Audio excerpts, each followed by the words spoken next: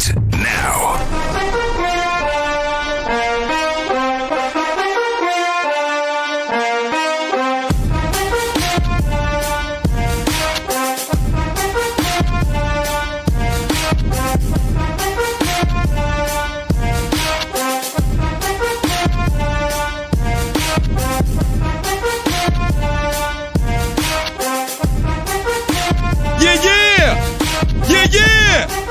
Stand up, Bronx! Stand up, New York! This is what it's all about, baby! This is what it's all about. This is what I've been waiting for.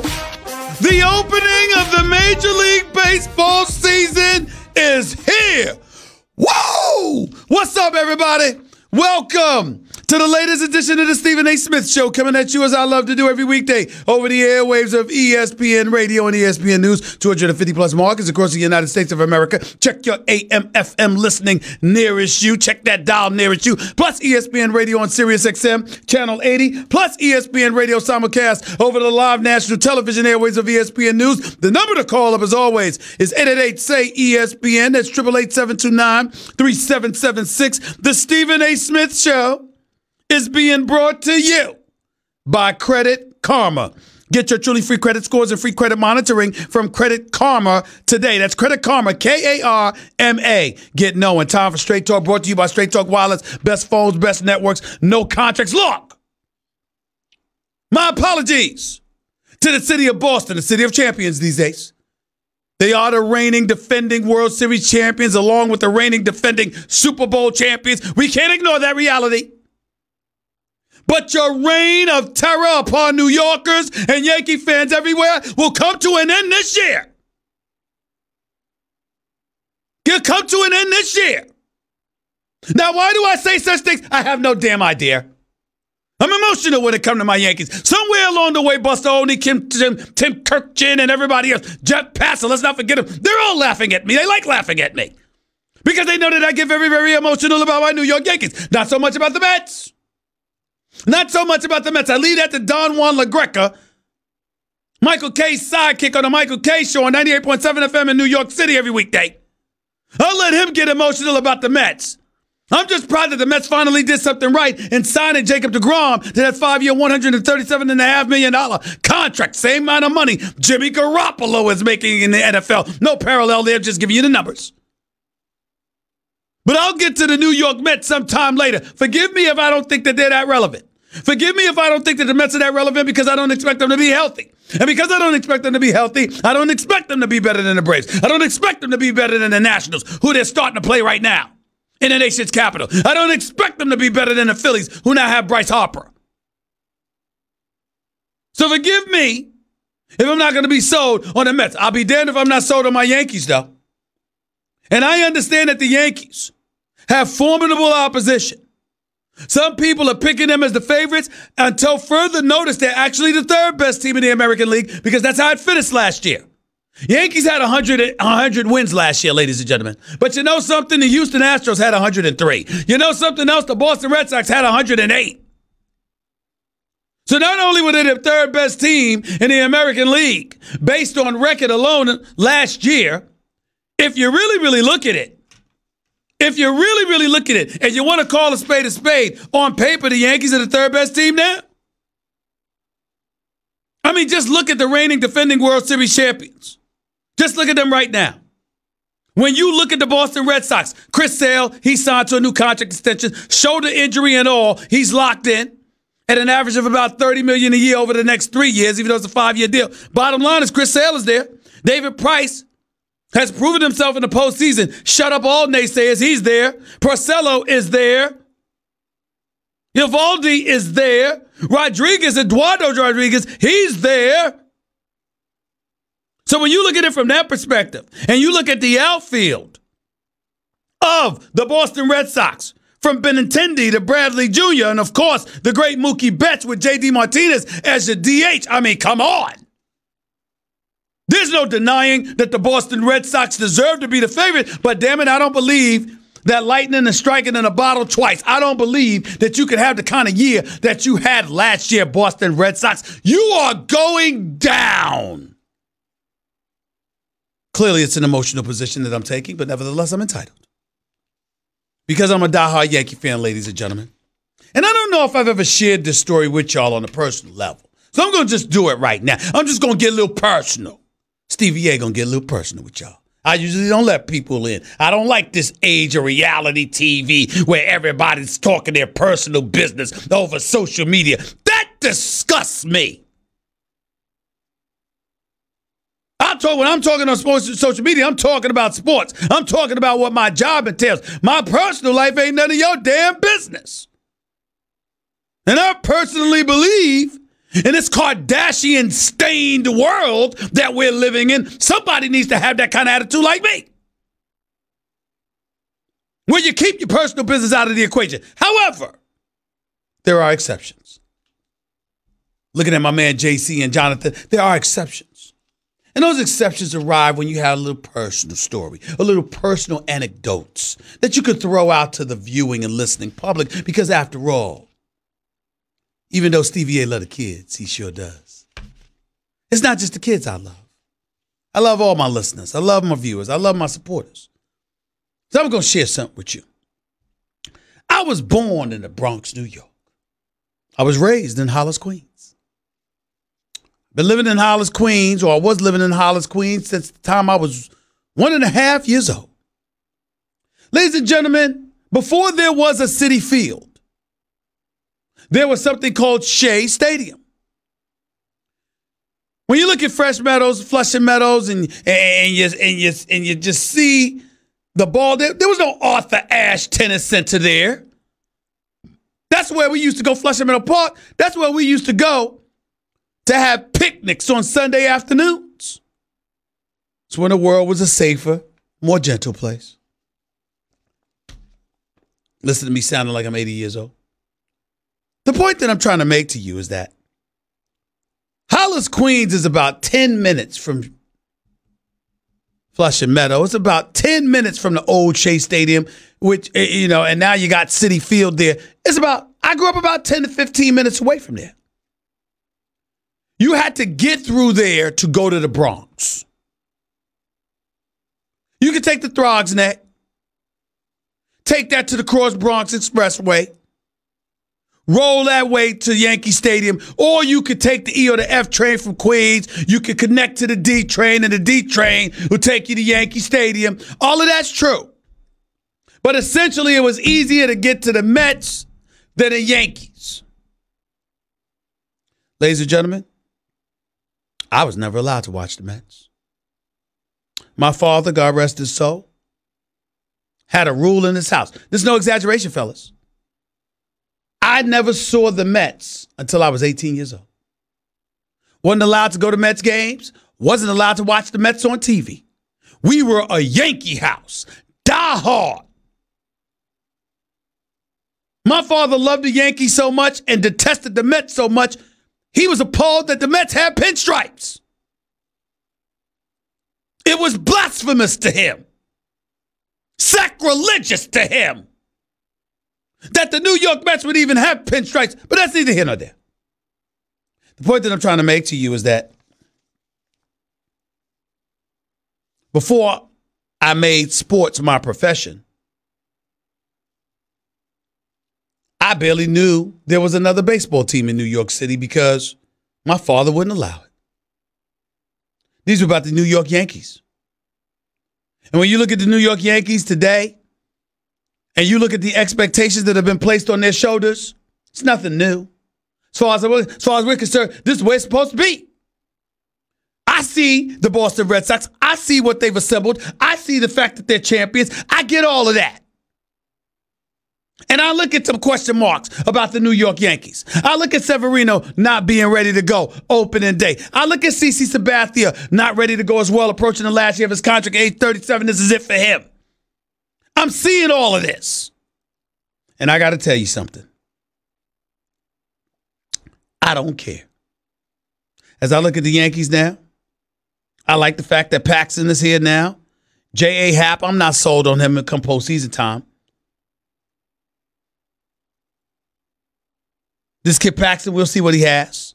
Can't wait for Severino and these boys to get back. But here's the reality of the situation.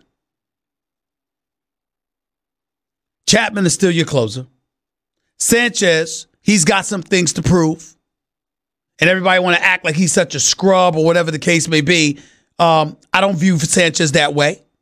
He's got to improve, particularly in keeping the ball in front of him instead of letting him go by him, even though that was about just 3% of the time. But in the end, I look at Sanchez. I look at Torres. I look at Andahar. I like the fact that Tulowitzki is here, at least until Gregorius comes back. Giancarlo Stanton, I expect big things from him. That's why you get you missed the $325 million contract. Aaron Judge, I expect big things from him. He's healthy now. Gardner's still here. Bird's still here. I get all of this. The Yankees have a crew. Nobody's got a bullpen like the Yankees. Should say anybody, but most teams don't.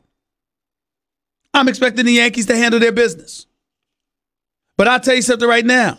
As great as the Boston Red Sox have been, I got news for you. I'm more worried about the Houston Astros. I really am. I mean, I just look at this road. Listen, Verlander's still there. I love Verlander. I'm a huge, huge Verlander fan. Jericolo's no scrub either. Yankees would know something about that. Molly McHugh, all of these guys. These guys can play. I remember Altuve being hurt last year.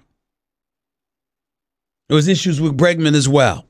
Now they're both back. Correa as well. He's back. Brantley's there. Good pickup. Springer's still there. I'm just looking at them right now. And they won 103 games last year. I'm not underestimating the Houston Astros by any stretch of the imagination. Make no mistake about it. They're formidable.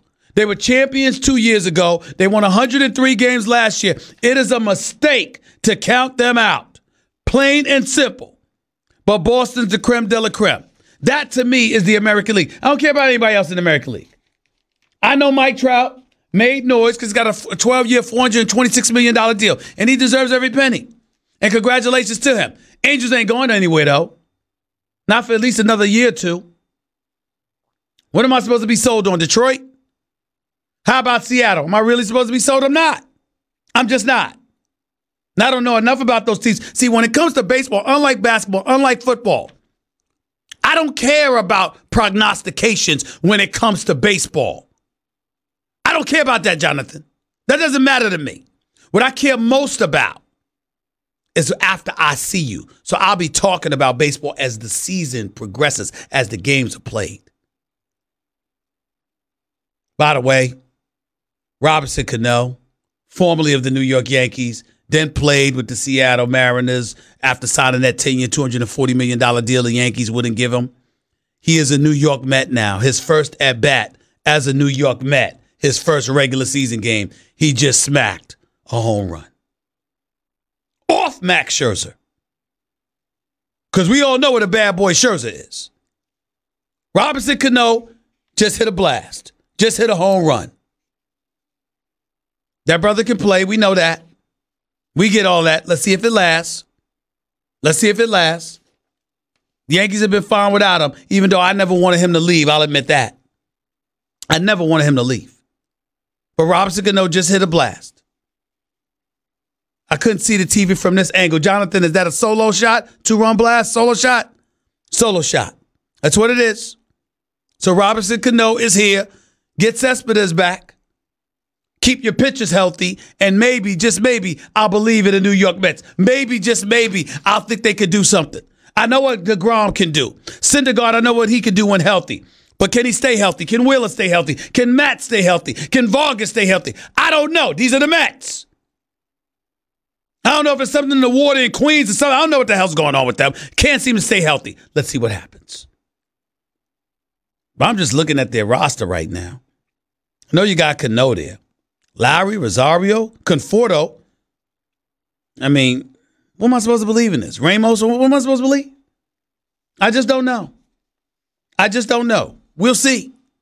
888-SAY-ESPN. It's 888-729-3776. I had Jessica Mendoza come on First Take this morning. First Take airs every weekday morning, 10 a.m. to 12 noon on ESPN Eastern Standard Time, 7 to 9 a.m. Pacific. Jessica Mendoza sits there and says, hey, She's going with the Red Sox until further notice because they're the reigning defending champions. Obviously, she's looking at the Yankees as formidable. She's looking at the Houston Astros as formidable, of course. But then she goes to the National League East and says it's the best division in baseball. I don't understand why. Because they got Bryce Harper. Bryce Harper was voted the most overrated player in the MLB, according to a poll by The Athletic, polling other Major League Baseball players, anonymously, of course. Here's the deal. I think they're calling him overrated because of the money he's getting paid. $330 million over 13 years for Bryce Harper. I think that's what they're sweating. Me personally, I'm not thinking it along those lines. I think he was awful in the first half of the season when he was batting just .214 last year with the Nationals. Came on strong in the second half, batted about 300. Can that continue? It remains to be seen.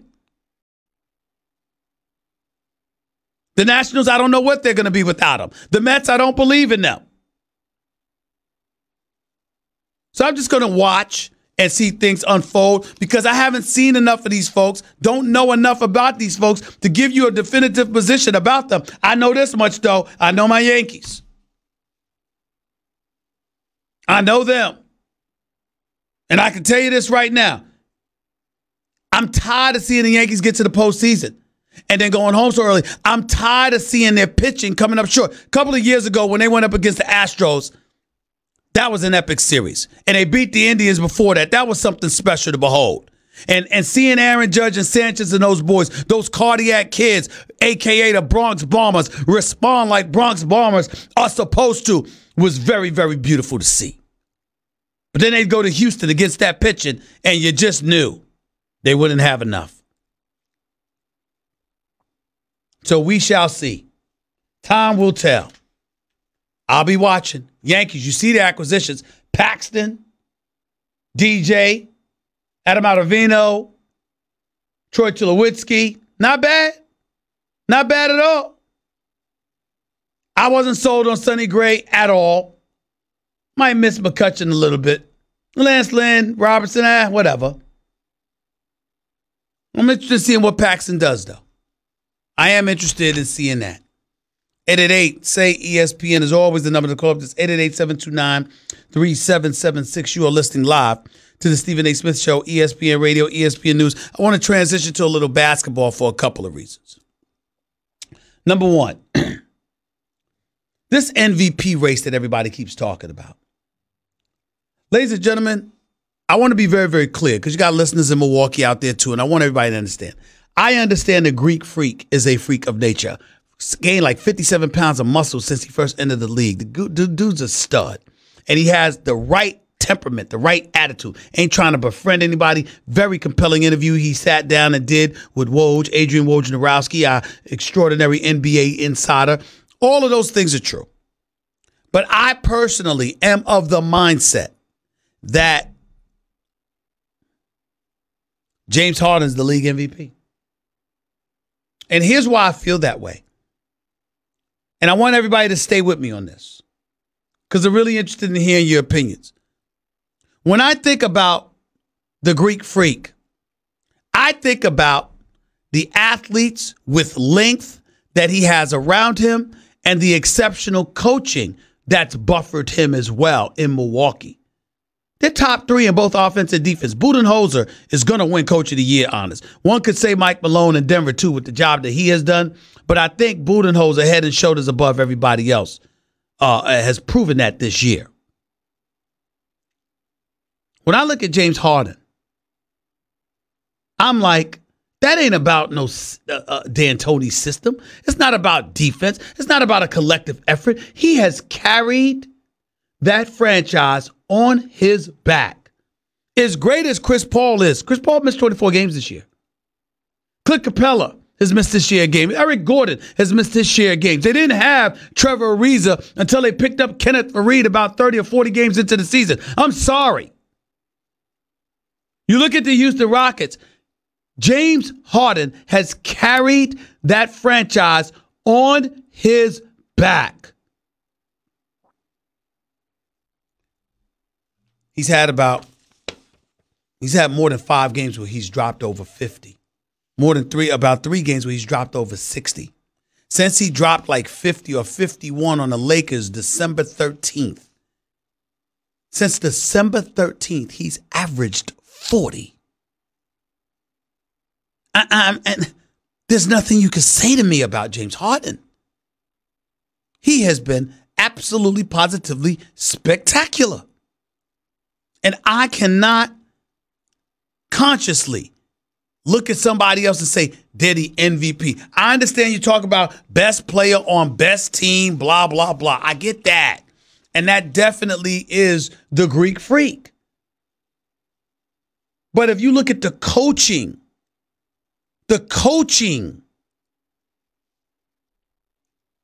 of Mike Budenholzer and the collective defensive tenacity of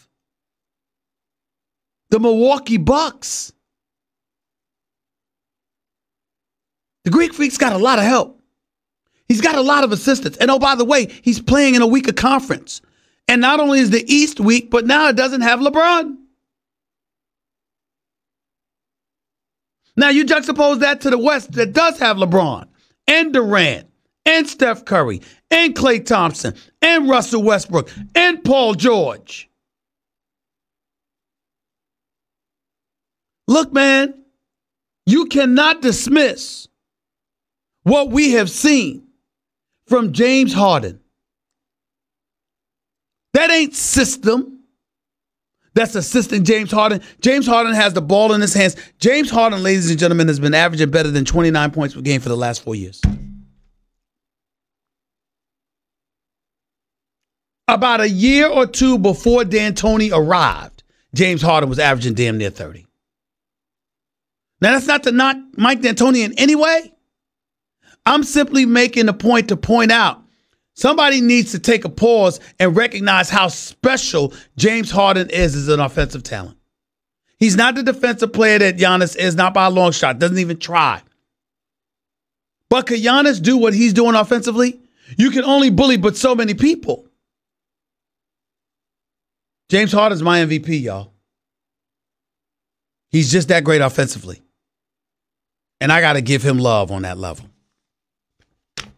888-SAY-ESPN. It's 888-729-3776. You're listening live to the Stephen A. Smith Show, ESPN Radio, ESPN News. By the way, I'll touch on Kobe and what he had to say about himself, MJ, and LeBron in just a minute. That was Straight Talk Wireless, nationwide coverage in America's largest and most dependable 4G LTE networks. I'll also get into a discussion about who really is the best player in the world right now in basketball.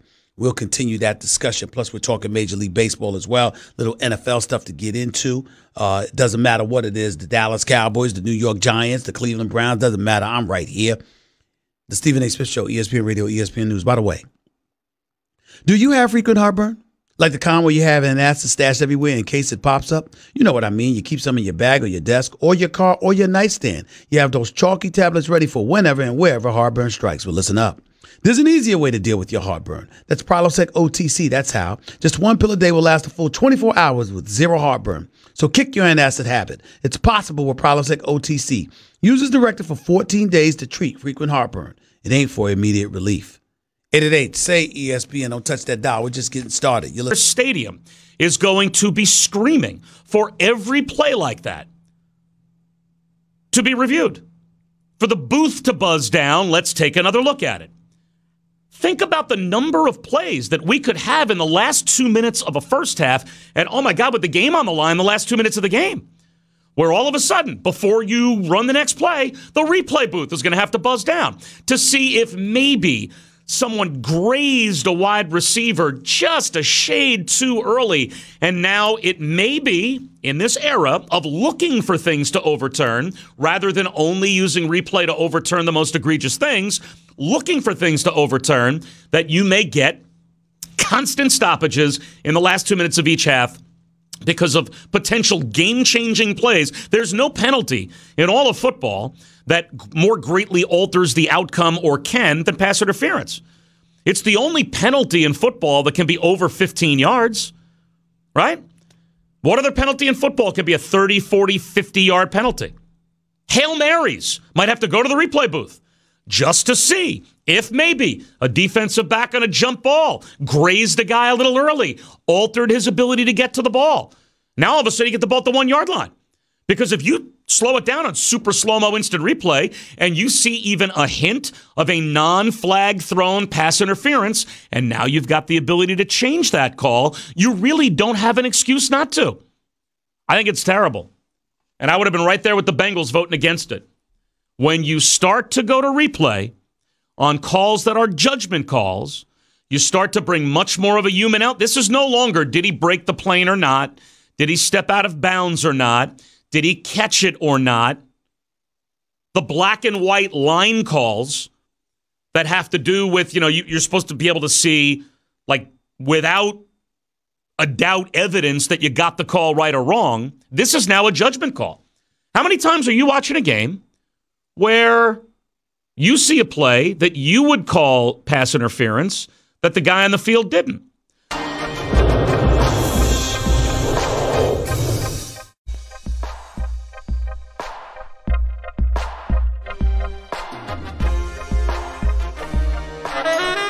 The Stephen A. Smith Show on ESPN Radio is presented by Progressive Insurance. Guests on the Stephen A. Smith Show appear via the Shell Pennzoil Performance Line, and you can always get in touch with the show through the 1-800-Flowers Twitter feed.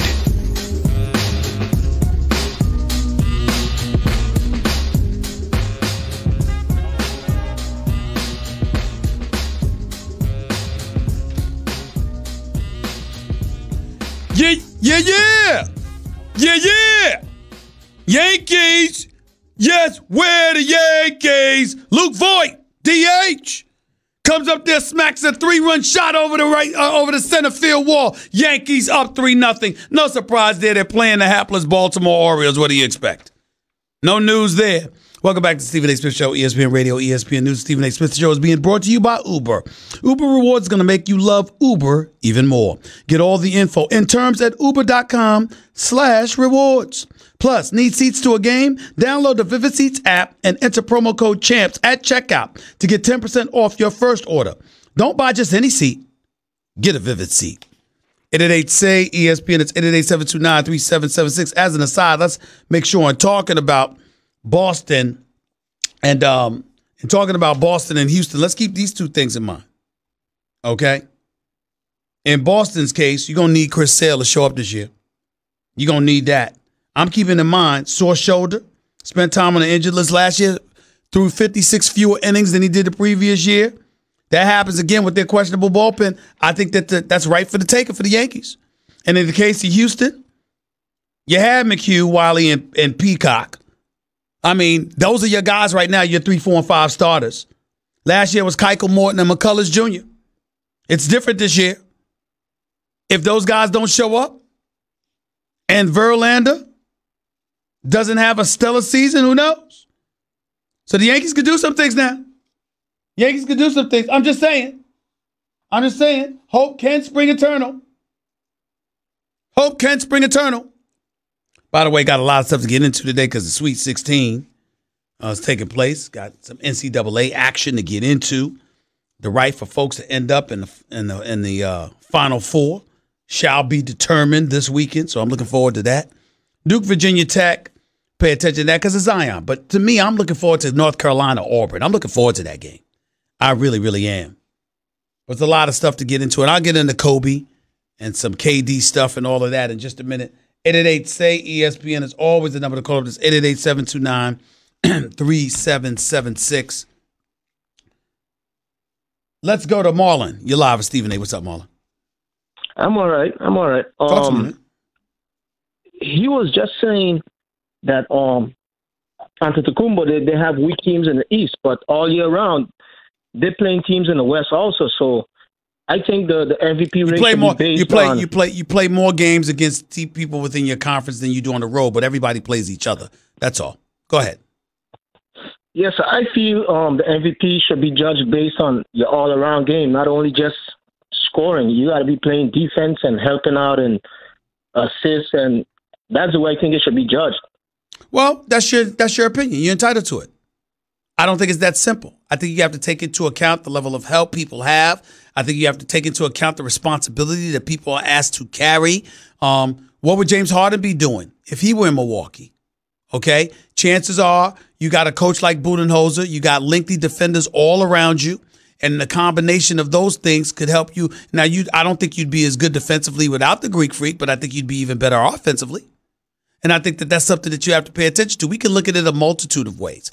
I just think it comes down to the load that you're asked to carry.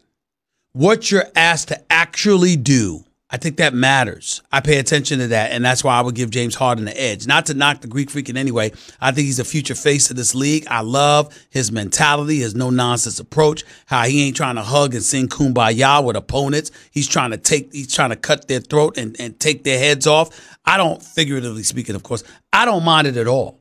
I love that. I absolutely, positively love that about the Greek Freak.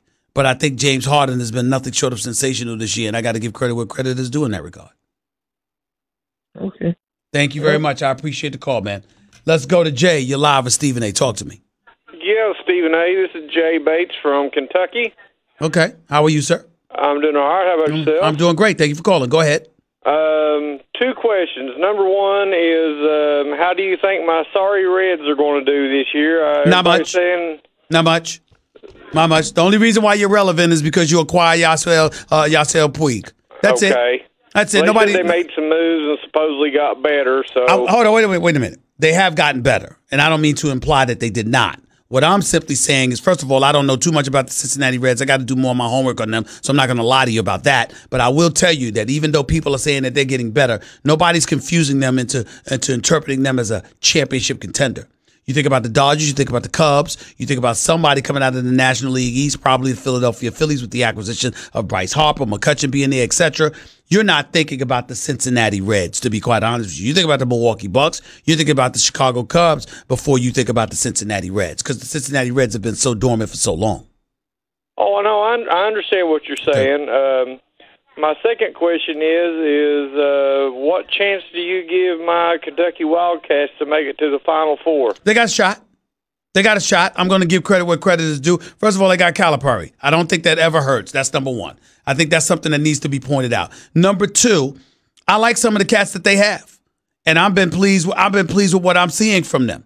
Now, the question to me is, are you going to sit up there and not turn the ball over? This is Kentucky that we're talking about here. Are you going to avoid turning the ball over? They're going up against Wofford, all right? You should be able – I'm sorry, they beat them. You know, you getting ready to go up against Houston. I apologize. Houston's formidable, man. Houston's had a stellar season. And I wouldn't sleep on Houston by any stretch of the imagination. And they can hit perimeter shots. I only saw Houston a couple of times this year when they played Cincinnati. That's the only time that I really saw them this year. But I would tell you, as I'm telling you right now, when I look at them, I say to myself, excuse me, they have the potential to take Kentucky out of there because Kentucky, rife with young kids, sometimes don't show up when it counts. And I watched them lose that conference tournament game to Tennessee. So I'm not sold on Kentucky right now. I really am not. I'm wondering if we're going without P.J. Washington. I'm wondering if we're going to get by Houston. I don't think you will. It's a chance. I'm not going to rule out anything with John Calipari. That's what I'm trying to tell you. I'm not going to do that. But I'm telling you right now, I'm not sold on them. P.J. Washington is a big competitor. Keldon Johnson can ball too now. Let's not forget him. Hero, he can ball too. He's a freshman though. I'm just looking at Kentucky right now, and I'm just saying, listen, P.J. Washington is a pivotal piece. You going without him, that's not a good position to be in. It just isn't. So I don't have a lot of faith in what Kentucky can do. The only reason I'm believing in them is because this is John Calipari that we're talking about here. And when it's John Calipari, you got to believe that if anybody can find a way, he has. But in all his years of coaching, and we have to give credit to his greatness the way we should, the reality is he only has one national championship on his resume. And why is that? That was because of Anthony Davis. Anthony Davis is the only guy that was ever able to deliver John Calipari a championship. Houston's 33-3 this year. Kelvin Sampson is doing a hell of a job. He is. The man knows how to coach. He knows what he's doing. And this kid, Corey Davis Jr., can ball. Amani Brooks isn't bad. No, I personally don't think if PJ does not come back, I don't think Kentucky will beat Houston. I agree with you. I don't think they're beating Houston without PJ, but if PJ does come back, you got a shot. Appreciate the call. Number 2, number 3 seed in the Midwest region. I kind of like that matchup, to be honest with you. I'm interested in it as well. Let's go to Rob. You're live with Stephen A. What's up, Rob? What's going on, A? How are you? Go ahead, man. I'm good. I was watching the game yesterday with Utah and Lakers, and I know we're seeing LeBron James in a way that we're not used to seeing. We're not used to seeing him in the West. Mm-hmm. We're not used to seeing him hurt and missing 17, 18 games. Mm-hmm. And we're not used to seeing LeBron James not make the playoffs. But what bothered me the most last night was when they said LeBron James, and that's my guy. I ride with LeBron James. He's the king. But when they said that he's not playing because he needs rest, what rest? You're going to be on permanent rest in another eight after 8 games. Well, let me stop you right there. Let me stop you right there. You shouldn't care about that. And here's the reason why you shouldn't care. The reality of the situation is we need to see what some of these other Lakers are going to do. All right? Changes are coming in L.A. You're going to see a roster overhaul. You're going to see Luke Walton get fired probably the day after the season's over. You're going to see LeBron and Magic Johnson have a microscope on themselves, the likes of which we haven't seen in recent memory, because we're going to see who they're going to be able to get in free agency. We're going to pay attention to all of that. And I'm simply saying to you, you can't be worried about LeBron James and whether or not he needs rest or not. He's 34 years of age. He's in his 16th NBA season. He's going to playoffs 13 consecutive years. He's going to 8 straight NBA finals. The man has had an additional 2 seasons tacked on to his career based on postseason competition alone. So you shouldn't be sweating that LeBron James took a rest for a meaningless regular season game last night. Well, true. He's been to all of that. He has done all of that. Now, do you think if Magic Johnson doesn't acquire a marquee player to team up with LeBron James, Magic said if he can't do the job, he'll step down on his own. Do you think if he doesn't acquire a player, that Magic should step down? No. Because I think that Magic has made the Lakers relevant. Listen, bottom line is this. Magic hasn't had a great year himself. I didn't like the fact that they drafted Lonzo Ball a couple of years ago. I thought they should have drafted De'Aaron Fox. I thought that was a business move because LeVar Ball had successfully gone about the business of making Lonzo relevant. But I like Lonzo as a person, and I think that he's an unselfish player, and I think he has potential.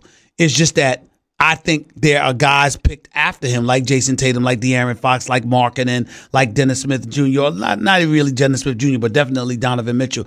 I think there are guys that have proven to be better or would have been better NBA players than Lonzo is. Having said all of that, I think that when you look at Magic and Zubac being traded to the Clippers, not picking up somebody like a Jamal Crawford and letting him go to Phoenix and Minnesota and places like that when he could have been in your staple, along with various other moves that have been made, Julius Randle going to New Orleans, stuff like that. I just look at some of the moves that the Lakers have made, and I think they're highly questionable. So now you got to go out there and get a free agent. If you don't get them, what are we to believe? I would sit up there and say, ain't nobody going to call for Magic to be fired or anything like that. That's ridiculous. But I do think it's fair to say he could have made better decisions. And I think that's something to consider. I got to run, though. I appreciate the call, man. Thank you. 888-SAY-ESPN. That's 888-729-3776. You're listening live to Stephen A. ESPN Radio, ESPN News, by the way. If you missed my opening segment or show, go check it out on demand in the Stephen A. Smith podcast. Brought to you by the Capital One Saver Card. Earn 4% cash back on dining and entertainment, 2% at grocery stores, and 1% on all other purchases. Hey, what's in your wallet?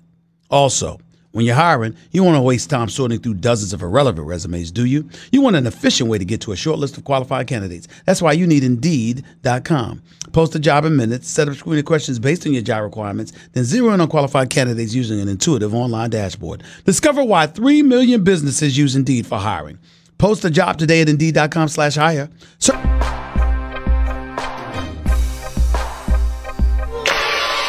The Stephen A. Smith Show on ESPN Radio is presented by Progressive Insurance. Guests on The Stephen A. Smith Show appear via the Shell Pennzoil Performance Line, and you can always get in touch with the show through the 1-800-Flowers Twitter feed.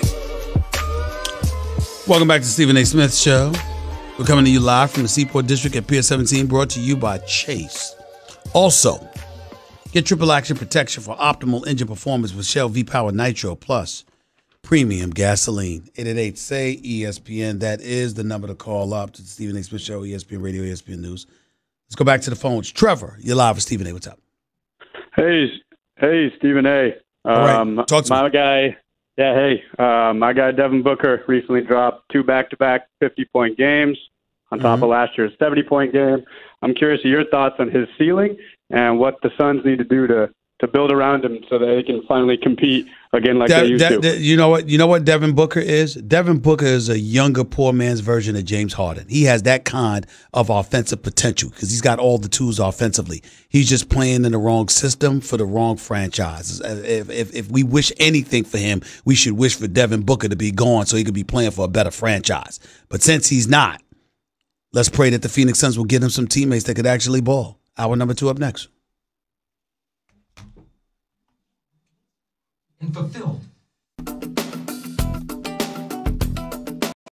Behold, the Final Four.